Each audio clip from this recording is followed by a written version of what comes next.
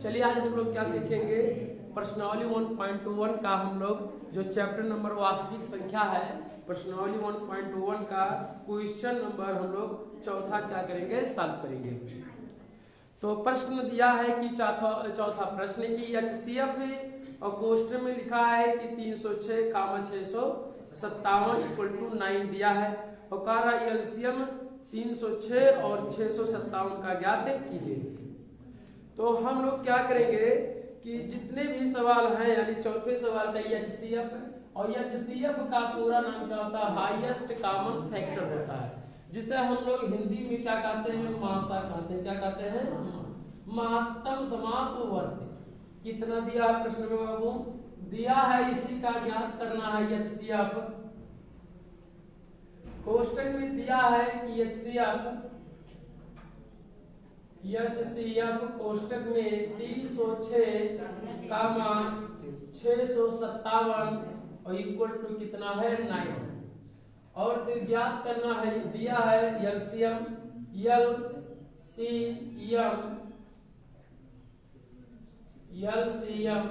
कोष्टक में किसका, 306 का और 657 का क्या ज्ञात करना है, एलसीएम ज्ञात करना है, यानी प्रश्नसूचक चिन्ह। दो आपके पास संख्या है, कौन सी दो संख्या है, 306 है और 657 है। इन दोनों संख्याओं का मासा यानी HCF कितना दे रखा है, 9 दे रखा है और हमें ज्ञात करना है कि LCM और किसका LCM, उन्हीं संख्याओं का, जिन संख्याओं का HCF दे रखा है कितना है, 9। तो LCM कितना है, 300, किसका ज्ञात करना है, LCM 306 का और 657 का क्या ज्ञात करना है, एलसीएम ज्ञात करना है। तो हम लोग जैसे आभाज्य गुणनखंड करते थे वैसे ही कर लेंगे। तो एलसीएम ज्ञात करने का HCF दे रखा है, दो संख्याएं दे रखा है और एलसीएम आपको ज्ञात करना है। तो हम लोग जानते हैं कि पहली संख्या गुणे दूसरी संख्या बराबर लासा गुणे क्या होता है, मासा, या एलसीएम और गुणे क्या होता है, HCM। उसी सूत्र से हम लोग क्या करेंगे यहाँ पर ज्ञात। वैसे तो आप आभाज्य गुणनखंड विधि द्वारा भी 306 और 657 का ज्ञात कर सकते हैं, परंतु इस प्रश्न में HCF का दिया है, तो इसका मतलब है कि हमें जो ज्ञात करना है सूत्र विधि से हल करना है।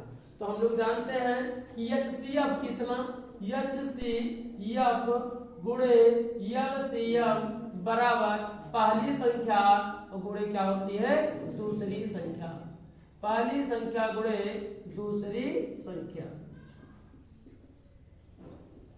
पहली संख्या गुणे दूसरी संख्या हम लोग जानते हैं। तो अगर HCF कितना दे रखा है, तो 306 ये क्या है, पहली आपकी संख्या और दूसरी संख्या कितना, 657 दिया।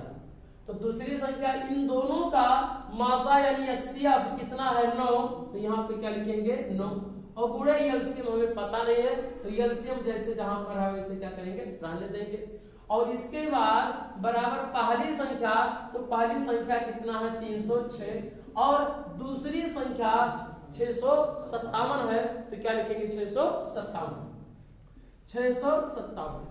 इस तरह से कि 9 का गुणा एलसीएम में गुणा यानी एलसीएम और 306 गुणे कितना हो गया, 657। तो एलसीएम बराबर कितना होगा, एलसीएम बराबर किसका होगा, 9 से इधर क्या करेंगे, भाग दे देंगे। तो 306 और गुणे 657 और बटे कितना होगा, 9 से क्या करेंगे, भाग दे देंगे। अब जितना आंसर आएगा वही क्या होगा, एलसीएम हो जाएगा। चूंकि ये एलसीएम है तो एलसीएम लोएस्ट कॉमन मल्टीपल होता है और इस किन संख्याओं का एलसीएम ज्ञात किया जा रहा है उसको कोष्टक में लिख दिया जाए। तो कौन सी संख्या है, 306 और किसका ज्ञात करना है, 657 का। 657 का हमें क्या करना है, एलसीएम ज्ञात करना है। क्या कहते हैं, एलसीएम यही है, लेकिन एलसीएम किन संख्याओं का ज्ञात किया जा रहा है, तो 306 और 657 का। तो जिनका ज्ञात करना हो रहा था उसको क्या कर सकते हैं, कोष्टक में, जो कि यहाँ कोष्टक में दिया भी है। बराबर कितना हो जाएगा, काट दिया जाए इसे, 3 से क्या होगा, कट जाएगा, 3 त्रिका 9 और 3 एकम 3, 3 शून्य 0 और 3 दूना 6। और किसी संख्या से कटेगा, कोई संख्या, 3 ये 3 से कट जाएगा, 3 दूना 6 फिर 3 एकम 3 और 3 नवा काट दिया जाए। 3 एकम 3 दूना 6, 3 एकम 3, 3 नवा 27। कितना बचा बाबू? 102 गुणे 200 कितना हुआ? 29। इसका क्या कर दिया जाए? गुणा कर दिया जाए, जो आएगा वही क्या होगा? 100। तो कितना होगा? 102 का गुणा क्या करेंगे आप? 219 में क्या कर देंगे? गुणा कर देंगे। 9 दूना 18 का 8 से लगे 1, 9 शून्य 0 0 में 1 जोड़ेंगे कितना आएगा? 1, 9 एकम कितना हो जाएगा? 9, 1 2 के 2, 1 0 0 1 एकम 1। फिर 2 दूना कितना हो जाएगा? 4, 2 0 0 2 एकम 2, 8 2 1 कितना होगा? 3 और 9 4 कितना होगा? 13, 13 के 3 और 1 कितना हो जाएगा? 2 और 2 घर तो कितना हो जाएगा? 2 कितना होगा? 22,338। 22,338 हमारा क्या होगा? एलसीएम हो जाएगा। तो यानी इस सवाल को हम लोग इस तरह से भी हल कर सकते हैं। दूसरी विधि ये भी है कि 300 का यानी 306 का आभाज्य गुणनखंड कर ले और 657 का आभाज्य गुणनखंड कर ले। इस विधि से इस प्रश्न में हम लोग इसे 2 विधियों से हल कर सकते हैं कि 306 का क्या कर लिया जाए? गुणनखंड कर लिया जाए और इसके बाद हम लोग दोनों में जो कॉमन है उसको ले लिया जाए एक बार, और जो कॉमन ना रहे उसको भी लिया जाता है। किस प्रोसेस में? एलसीएम ज्ञात करते समय। तो नोट कर लिया जाए। चलिए आगे हम लोग क्या पांचवा प्रश्न है कि जांच कीजिए कि क्या किसी प्राकृतिक संख्या n के लिए संख्या 6n अंक 0 पर समाप्त हो सकती है। पूछा रहा है कि एक संख्या है और वह संख्या क्या है? एक संख्या है और एक संख्या कौन सी संख्या है? वह 6 पे पावर कितना है? n। ये क्या है? n। 6 पे घाते का है n और n क्या है? घातांक, यानी क्या है? घात। और जहां ये है n एक प्राकृतिक संख्या, क्या है? एक प्राकृतिक संख्या है, प्राकृतिक संख्या। तो पूछ रहा है कि क्या ये 0 पे समाप्त हो सकती है? तो आप बताइए, कोई संख्या अगर 0 पे समाप्त होती है तो कोई संख्या लिख लिया जाए, इकाई का कितना हो? 0 हो। अगर 1 लेंगे तो उसके आगे 0 लिखेंगे कितना हो जाएगा? 10। 2 लेंगे तो 2 के आगे 0 लिखेंगे कितना हो? 20। आप 30 कोई भी संख्या लेंगे, 42 लेंगे तो इसके आगे जैसे ही 0 लगाएंगे कितना हो? 420। हम कह रहे, कहने का मतलब है कि अगर कोई संख्या 0 पे समाप्त यदि होगी, मान लिया जाए 20 संख्या है, मतलब 20, और यह कह रहे कि 0 पे समाप्त है, तो अगर 0 पे समाप्त है तो इसका गुणनखंड कितना होगा? आभाज्य गुणनखंड कितना होगा? तो हम देखेंगे कि अगर देखा जाए तो 2 गुणे कितना होगा? 5 और गुणे 2 पंचे 10 और 10 गुना कितना हो जाएगा? 20। इसका मतलब ये है सबसे छोटी संख्या लिया जाए 10। तो 10 में हम देख रहे हैं कि जो भी संख्या होगा तो 5 गुणे की इसका गुणनखंड किया जाए तो 5 गुणे कितना होगा? 10। अर्थात कोई भी संख्या होगा यदि उसके इकाई का अंक या 0 पे वह संख्या समाप्त होगी तो उसमें 5 का गुणनखंड क्या होगा? सदैव होगा। कैसा होगा? सदैव होगा गुणनखंड। कोई भी ऐसा संख्या नहीं है कि अगर उसमें अगर 0 होगा, 0 यदि है उस संख्या में, इसका मतलब है कि 5 का वो क्या है? गुणनखंड उस चीज का है। वह 5 से संख्या क्या हो जाएगा? विभाजित हो जाएगा। और 5 से अगर कोई संख्या विभाजित हो रहा है तो उसकी इकाई के अंक पे कितना होगा? या तो 0 होगा या तो क्या होगा? 5 होगा। यदि 0 है तो जाहिर सी बात है वो 5 से क्या हो जाएगा? विभाज्य हो जाएगा, विभाज्यता के नियम से। क्योंकि अगर वह संख्या 5 से विभाज्य होगी, कौन? या तो 0 हो या तो क्या रहा है? 5 है। लेकिन प्रश्न में कह रहा है कि संख्या के लास्ट में कितना है? 0 है। तो यदि 0 है तो इसका मतलब ये है कि मान लीजिए 10 हो, 20, 30, 40, 50, कुछ भी कोई संख्या हो, अगर उसके आगे 0 है तो इसका मतलब है कि 5 यानी उसका क्या है? गुणनखंड है, इसका मतलब। तो अगर मान लिया जाए कि यह संख्या अगर n बराबर 1 लिख लिया जाए, n बराबर 1, क्योंकि प्राकृतिक संख्या हम लोग जानते हैं 1, 2, 3, 4, 5, यानी n का जो मान होगा 1 हो सकता है, 2, 3, 4, 5, 6, 7 इस तरह डॉट डॉट हो सकता है। अब इस संख्या को हम लोग नंबर से हम लोग पहली संख्या n बराबर 1 रखें तो हमें मिलेगी पहली संख्या। अगर देखा जाए तो जो संख्या होगा पहली संख्या 6 पे पावर कितना हो जाएगा 1, तो 6 पे पावर मतलब कितना होगा 6 ही होगा, 6 पे घात 1। अगर n बराबर क्या लिखते हैं तो तब कितना होगा, संख्या कितना हो जाएगा, तब 6 पे घात 2 तो कितना होगा 6 गुणे 6 तो क्या हो जाएगा 6 6 n की वैल्यू 2 जब रखा गया तो ये 6 स्क्वायर हुआ, तो 6 स्क्वायर का मतलब है कि 2 बार गुणा होगा, 6 गुणे 6 तो 6 6 36, तो यहाँ क्या हो जाएगा 36 हो गया। तो अगला अगर n बराबर क्या हो जाए, n बराबर क्या हो जाए 3, तब संख्या कितना होगा बाबू, तब संख्या कितना होगा, देख रहे हैं कि 6 पे घात 3 तो 6 36 36 छक्का 216 कितना होगा 216। तो 216 यदि होगा तो ये भी इकाई का कितना है 0 नहीं आएगा। इसका मतलब ये है कि ऐसे आप लास्ट में करते हुए जाएंगे तो हमें 0 क्या प्राप्त होगा, अभी भी हम नहीं कह सकते कि 0 पे समाप्त होगा कि नहीं होगा। n बराबर 4 धरे, n बराबर 5, 6, 7, 8, 9, 10, 11, 12 कुछ भी n की वैल्यू रखा जाए। अब कहां तक ले अनंत तक रखा जाए और तब भी हम नहीं कह सकते कि हो सकता है काल संख्या रह जाए।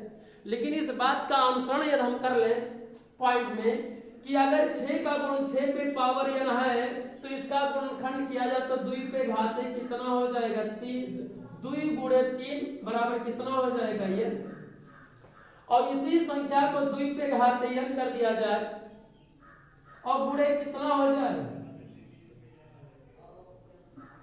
आप देख रहे हैं कि इन 2 गुणे 3 में 6 के गुणनखंड में 2 और 3 है, इसमें 5 का गुणनखंड नहीं है। और जिस संख्या के अंत में यदि 0 होगा तो उसका 5 सदैव क्या होगा गुणनखंड होगा। चूंकि इस संख्या 6 का गुणनखंड में 2 और 3 है, 5 नहीं है, इसलिए इसका 5 गुणनखंड नहीं है। अगर इसका 5 का गुणनखंड नहीं होगा तो अर्थात यह संख्या 0 पे समाप्त नहीं हो सकती है।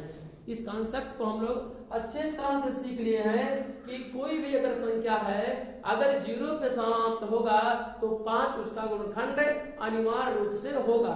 कोई भी संख्या लीजिए 50 लेंगे तो 5 नहीं कितना हो जाएगा 50, तो 5 इसका क्या हो गया गुणनखंड हो गया। तो हम देख रहे हैं कि अगर 6 पे पावर n में का गुणनखंड कर रहे हैं तो 2 गुणे कितना हो रहा है 3, तो 2 गुणे 3 यदि हो रहा है तो इसका मतलब यही है कि इसमें 5 का गुणनखंड नहीं है। और अगर 5 का गुणनखंड नहीं होगा तो यह संख्या 0 पे वह समाप्त नहीं होगा, और 0 उसका समाप्त में नहीं होगा तो इसलिए कहा जाएगा कि यह संख्या 0 पे समाप्त नहीं होगी। प्रश्न में पूछा कि जांच कीजिए कि क्या किसी प्राकृतिक संख्या n के लिए 6 पावर n इक्वल टू का अंतिम अंक 0 क्या समाप्त होगा, तो हम लोग इसकी पुष्टि कर रहे हैं कि 0 पे समाप्त नहीं होगा। क्यों? क्योंकि यह 5 का गुणनखंड नहीं है। क्योंकि जो भी संख्या 0 से 0 अंतिम शब्द होगा तो उसका अनिवार्य रूप से 5 उसका क्या होगा गुणनखंड होगा। चाहे जो संख्या आप ले ले, 40 ले लिया जाए तो 40 5 8 कितना हो जाएगा 40 5 लिख रहा है। दशांश से छोटी संख्या 10 है जो कि 0 है समाप्त हो रही है, तो इसका करेंगे तो 5 गुणे कितना हो जाएगा 2 हो जाएगा। तो इसमें 5 गुणनखंड आ रहा है कि नहीं, तो 0 या किसी भी संख्या में है तो वह अनिवार्य रूप से है कि 5 का उसका गुणनखंड अनिवार्य रूप से होगा। तो हम देख रहे हैं कि यहाँ 5 का गुणनखंड नहीं है, इसलिए 0 पे समाप्त नहीं होगा। अगला सवाल है, व्याख्या कीजिए कि 7 गुणे 11 गुणे 13 प्लस 13 और 7 गुणे 6 गुणे 5 गुणे 4 गुणे 3 गुणे 2 गुणे 1 प्लस 5 भाज्य संख्याएं क्यों है। चेक करना है हमें इस प्रश्न में कि ये 2 संख्याएं दिया है और कह रहा है कि यह भाज्य क्यों है। तो भाज्य संख्याओं का पहले हम लोग चेक कर लें। पहले नंबर लिया है 7 गुणे कितना है, ये कौन सा प्रश्न है 5वां है। 7 गुणे 11 और गुणे कितना है 13। छठवा है, चलिए छठवा कर लिया जाए। 13 प्लस कितना होगा 13, और एक संख्या और है, और 7 गुणे कितना 6 गुणे 5 गुणे 4 गुणे 3 गुणे 2 गुणे 1, और प्लस कितना है 5। कह रहा है ये दोनों संख्याएं भाज्य संख्याएं क्यों हैं। प्रश्न में पूछ रहा है कि भाज्य संख्याएं क्यों हैं। तो भाज्य संख्याओं की परिभाषा क्या है, भाज्य संख्याएं किसे कहते हैं। भाज्य संख्याएं वह होती हैं कि जो एक और स्वयं के अतिरिक्त किसी अन्य संख्या से भी भाग देने पर पूर्णतः कट जाए, अर्थात शेषफल कितना आ जाए, शून्य आ जाए। ऐसे संख्याओं को क्या कहते हैं, भाज्य संख्या।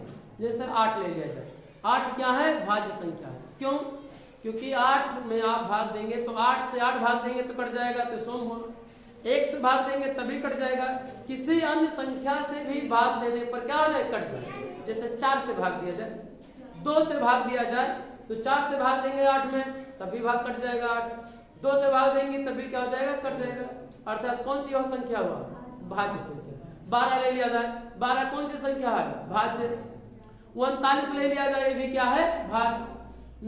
9 ले लिया जाए तभी ये क्या होगा, भाज्य संख्या होगा। क्यों, क्योंकि 9 से भी कट जाएगा, 1 से भी कट जाएगा, और किसी अन्य संख्या से यानी 3 से भी क्या हो जाएगा, कट जाएगा। तो ये सब संख्याएं क्या होती हैं, भाज्य संख्याएं।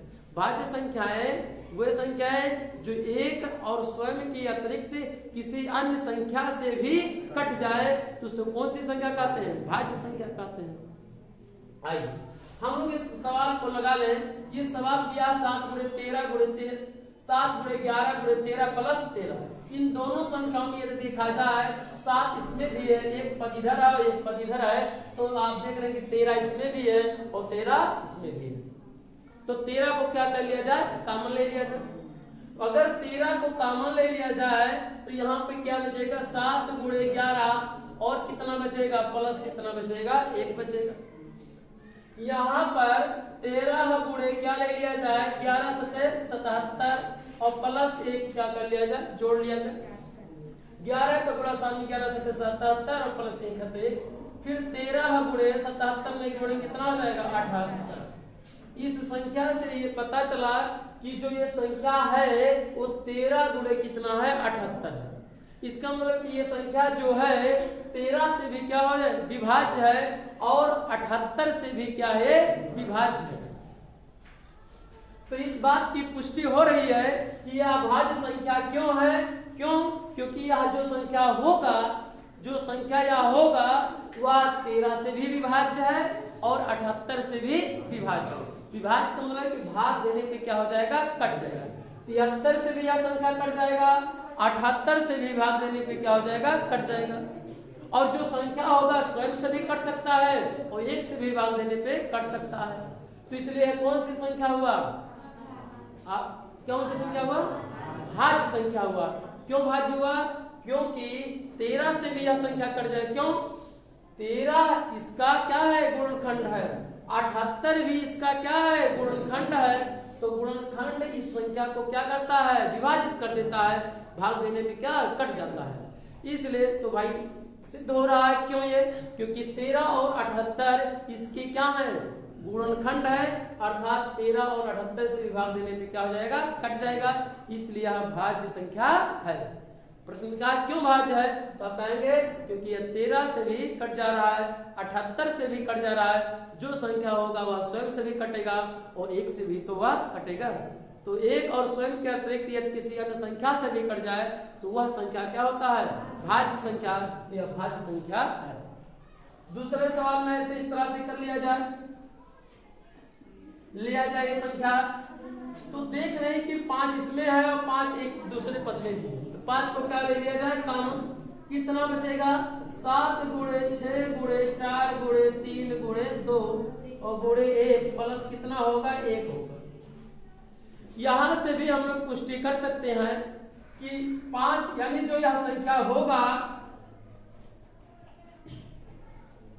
यह संख्या में हम देख रहे हैं कि 5 इसका क्या है, गुणनखंड है, अर्थात यह संख्या 5 से भी क्या हो जाएगा, भाग देने पर कट जाएगा।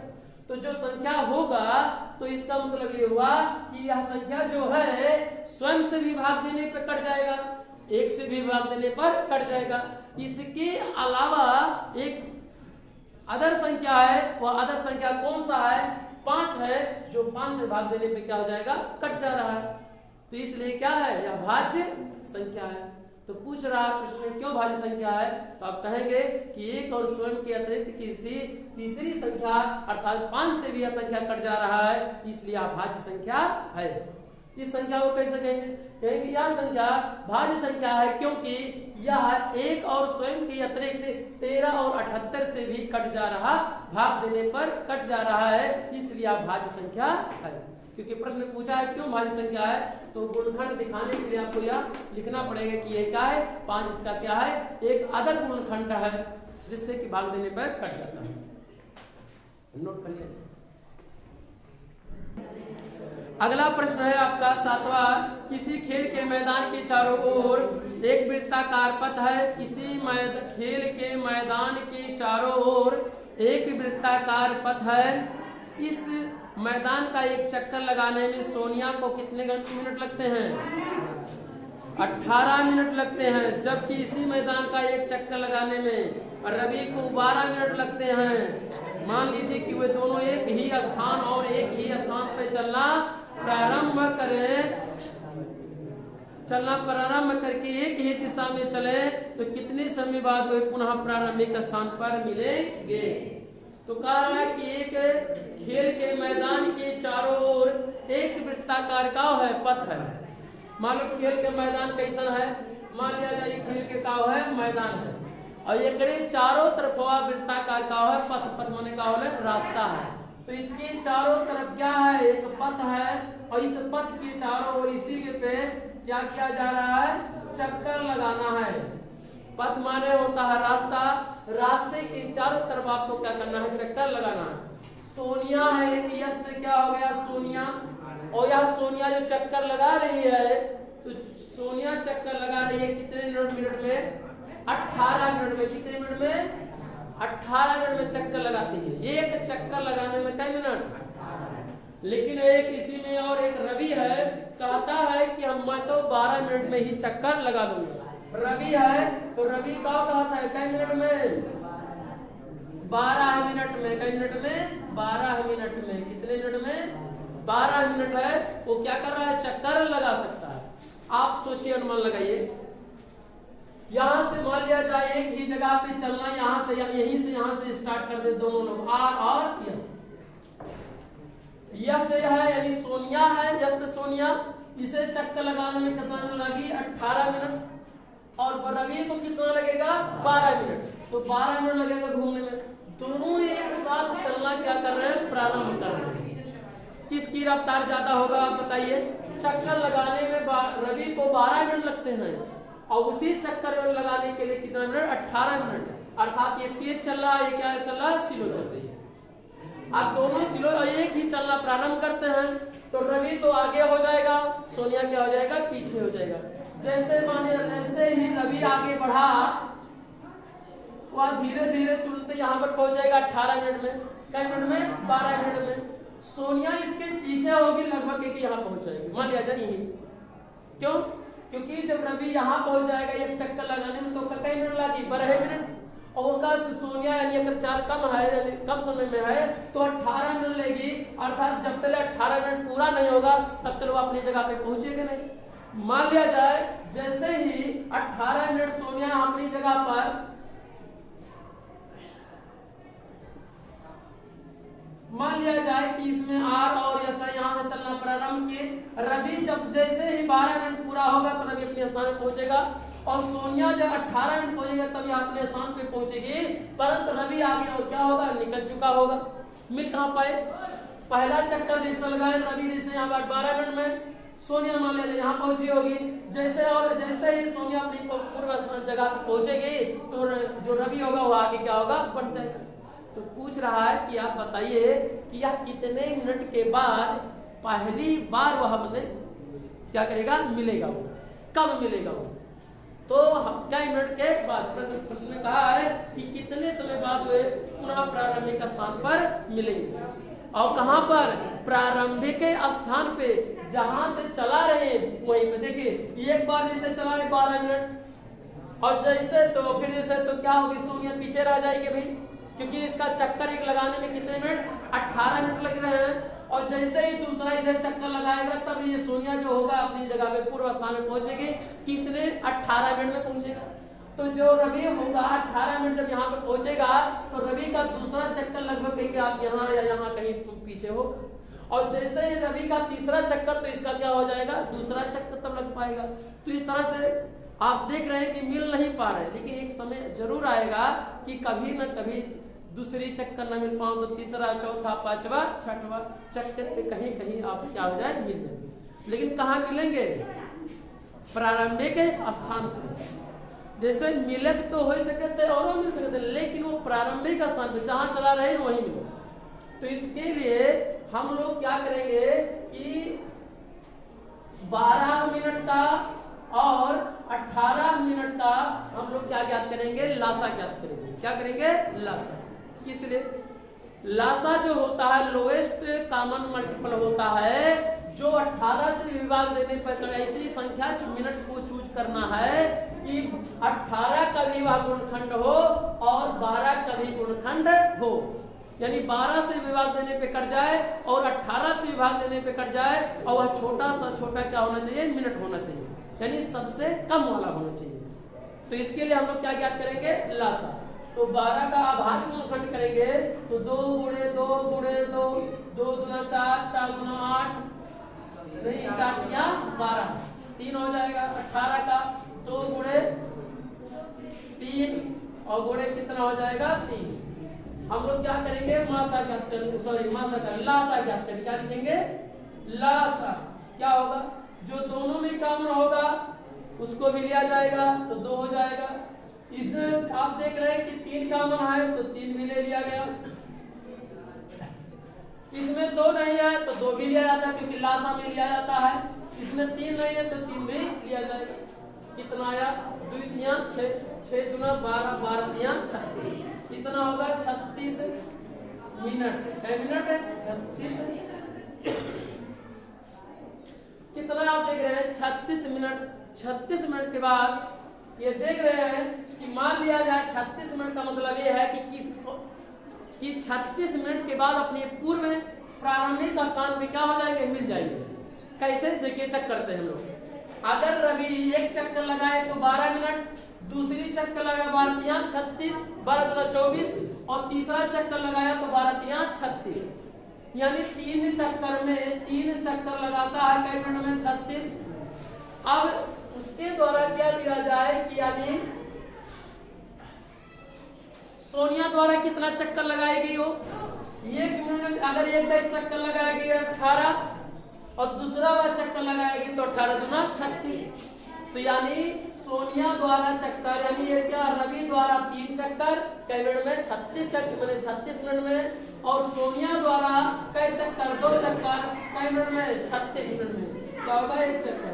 अर्थात रवि द्वारा कई चक्कर, 3 चक्कर, और सोनिया द्वारा 2 चक्कर। मिलाया जाए तो किन दोनों के बाद, दोनों को रवि द्वारा 3 चक्कर लगाने में 36 मिनट का समय लगेगा और सोनिया द्वारा 2 चक्कर लगाने में 36 मिनट लगेगा। अर्थात अपने प्रारंभिक स्थान पे वह कितने मिनट बाद पहुंचेंगे, 36 मिनट बाद क्या होंगे, क्या करेंगे, पुनः क्या करेंगे, मुलाकात फिर हो जाएगी।